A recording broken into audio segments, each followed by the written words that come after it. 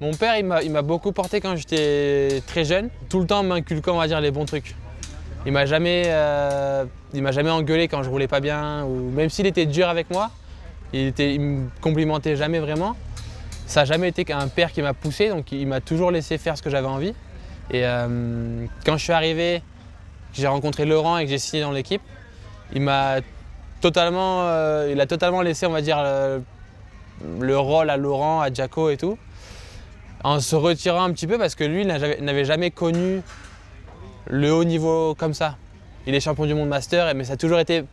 Il a travaillé et il faisait des courses sur le côté. Et master, ça roule, mais c'est pas non plus l'élite, tu vois.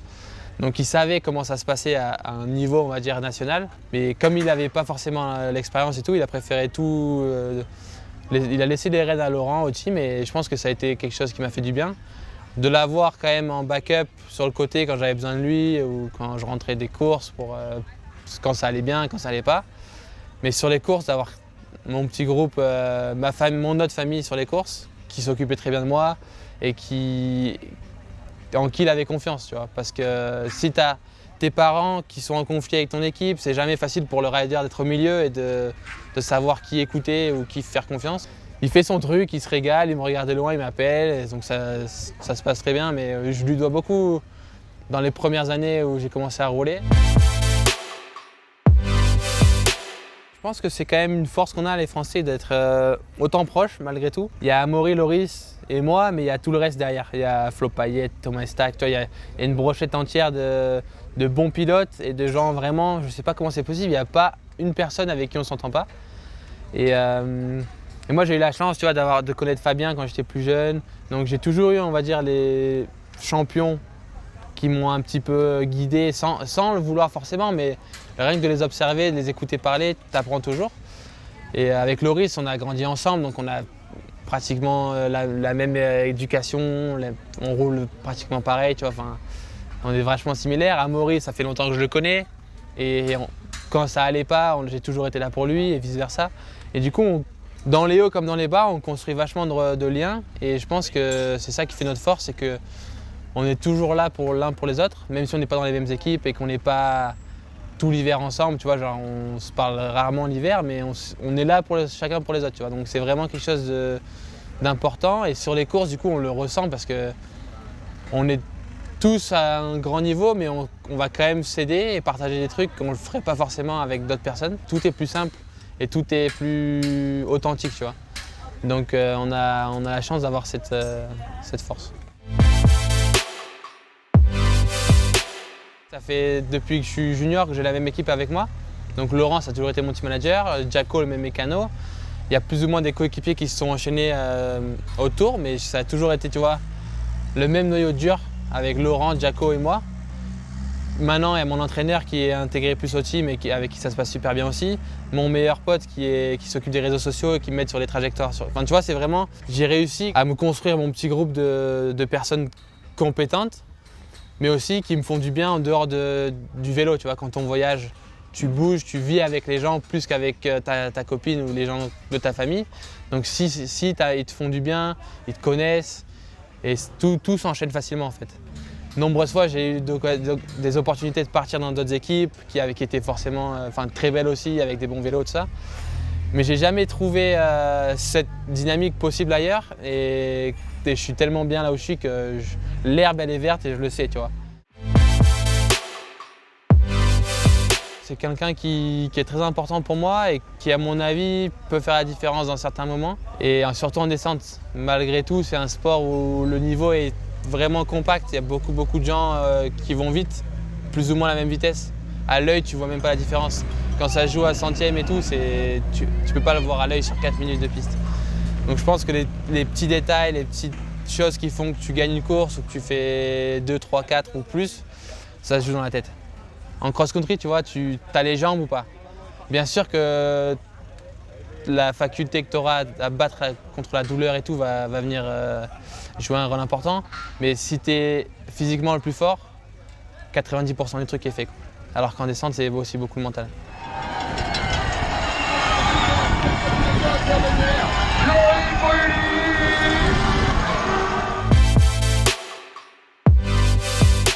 sans le vouloir, c'était une rencontre vraiment bien, qui m'a fait du bien parce qu'elle arrive d'un sport vachement différent, mais qui a beaucoup de points positifs pour moi aussi que j'avais pas forcément vu ou porté attention avant, comme la récupération après l'entraînement, comme les capteurs de puissance à l'entraînement, et tous ces trucs-là qui pour moi étaient trop cross-country et tout, et qui au final, quand je me suis penché dessus, étaient assez intéressants.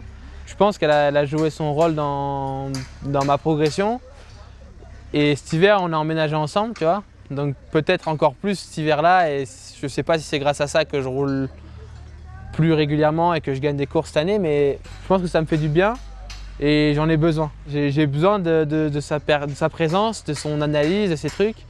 Et plein de moments où ça ne va pas dans l'équipe ou dans n'importe quoi, je l'appelle et 10 minutes après, ça va vachement mieux. Donc c'est sans être lié à Malena, l'athlète en cross-country, c'est aussi une personne de mon noyau dur, que je te disais tout à l'heure, qui fait que tout est plus simple.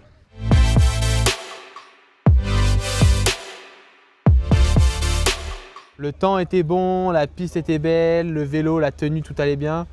Je roulais et j'avais l'impression que c'était facile d'aller vite. Et je savais aussi que dans le passé, ça m'était arrivé et que ça avait tourné à la catastrophe dans le sens où tu es tellement bien que toute la semaine, en fait, tu es dans une anxiété négative, en fait. Tu ne te poses pas les questions parce que tout va bien. Tu arrives au moment de la course et tu es trop confiant et tu as raté des détails qui peuvent te coûter cher. Et j'étais tombé, cassé des roues, donc mes problèmes mécaniques. Val d'Isole en 2016, c'était un peu ça aussi, tu vois. J'étais champion du monde en titre aussi et je me sentais bien sur la piste, tout allait bien. Et premier virage, il y avait une pierre qui avait roulé d'un concurrent d'avant et je ne l'ai pas vu, je ne l'avais pas préparé forcément. Et je casse la roue arrière dessus et fini. Donc tu vois, je savais que j'avais déjà été dans cet état d'esprit avant et que ça pouvait être préjudiciable, tu vois. Donc je me suis dit bon, fais comme si ça allait pas. Et donc j'ai construit mon week-end encore plus que ce que j'aurais pu faire. Je tombe en qualif. Donc le jour d'après, finale, je savais ce que j'avais à faire. Je savais que c'était Martin Maes qui était devant et qu'il n'était pas, personne n'arrivait à le battre. J'avais gagné la Bresse 2 ou 3 semaines avant et j'avais pas aimé ça. Parce qu'il arrive de l'enduro, pas vraiment spécialiste et il gagne la course comme ça. J'avais pas aimé, même si chapeau à lui, tu vois, c'est top pour lui. J'avais pas kiffé. Donc là, je me suis dit c'est mort. Il va pas nous la faire 2 fois, tu vois. Et donc je suis parti en y pensant, sans y penser. En roulant vachement relâché, en roulant un petit peu en dessous de ce que je pouvais faire. Mais en sachant que en roulant comme ça, j'allais bien rouler. Donc j'ai limité les erreurs, j'ai fait un run vraiment propre d'en haut en bas. Et je passe la ligne avec 2 dixièmes d'avance. Donc c'était vraiment limite. Et c'était des petits réglages qui ont fait que j'ai décidé ça comme stratégie, de rouler un peu en dedans et faire le moins d'erreurs possible. Et ça a payé, tu vois. Donc je pense que là, l'expérience m'a bien aidé.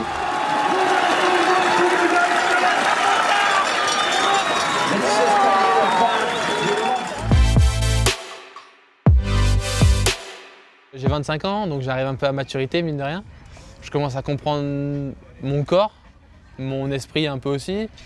Le sport, tu vois, des fois c'est un petit peu, mine de rien, c'est un jeu de mental, tu vois, avec les autres, avec la piste, avec les stratégies qu'on peut mettre en place. J'arrive enfin à maturité après beaucoup d'erreurs de ma vie personnelle aussi, tu vois. J'ai toujours eu cette faculté de me remettre en question sans pouvoir mettre forcément une réponse en face. Alors que cette année, j'arrive plus ou moins à chaque fois à trouver les réponses et à construire plus facilement une course qu'avant. J'ai toujours été pour le sport, que ce soit dans tous les sports, clean. Chacun avec les mêmes chances. Le seul truc où tu peux faire la différence, c'est à l'entraînement, où tu t'arraches plus que l'autre, et c'est tout. Avec un staff plus expérimenté, des meilleurs vélos, enfin des trucs qui sont fair, tu vois, qui sont justes pour tout le monde. Et le truc qui est bien, c'est qu'en France, on a toujours eu cette éducation, cette mentalité de toujours mettre les protections. Tout est toujours vachement structuré. Et pareil pour le dopage. Depuis que je suis junior sur la liste ministérielle, tout l'hiver, tous les 2 mois, tu fais ton test sanguin, tu es suivi l'hiver et tu n'as pas le droit à l'erreur, entre guillemets. Et on est la seule fédération ou une des seules à le faire. Et je pense que c'est la base Et je voulais juste rappeler en fait que le sport a été clean et qu'il fallait le garder clean. Moi, si demain je dois me faire un antibiotique et que j'oublie de le dire au contrôle antidopage, c'est une erreur que j'aurai à payer et je l'assume, quoi. On est grand, on est des professionnels, on est censé faire ça bien, quoi. Donc, pour moi, il y a beaucoup de choses que l'UCI fait bien, beaucoup de choses qu'ils peuvent mieux faire, mais ça, c'est quelque chose qui, à mes yeux, est essentiel. Ce mec, il a un truc, ça se voit direct, il a le talent et l'œil qui ne trompe pas. Quand il roule, il en veut, tu vois qu'il est passionné et qu'il a la flamme. Beaucoup de pilotes ont la flamme, mais lui, elle est encore plus facile à repérer, je trouve. Et j'aime beaucoup comme il roule. Il fait beaucoup de descentes, il roule bien techniquement, tout ça. Donc j'aime bien le profil, on va dire, du pilote. Mais ce qu'il fait aussi dans les autres disciplines, en cross, en cyclocross, j'ai beaucoup de respect pour ça parce que je sais combien c'est dur. Et je sais combien c'est dur d'être autant régulier et autant endurant sur une saison entière, et lui c'est ce qu'il arrive à faire à chaque fois. On dirait qu'il n'a pas vraiment de faiblesse et oui, il m'inspire et je regarde un peu ce qu'il fait, je regarde un peu, j'essaye de voir s'il y a des trucs que je peux prendre pour m'en servir. Mais ouais, pour moi c'est un modèle et c'est un mec qui, à mon avis, c'est un des meilleurs cyclistes, pas mountain biker ou cross-country, c'est le cycliste en lui-même du moment et de l'histoire. En route, VTT, cyclocross, rien à dire. Chapeau.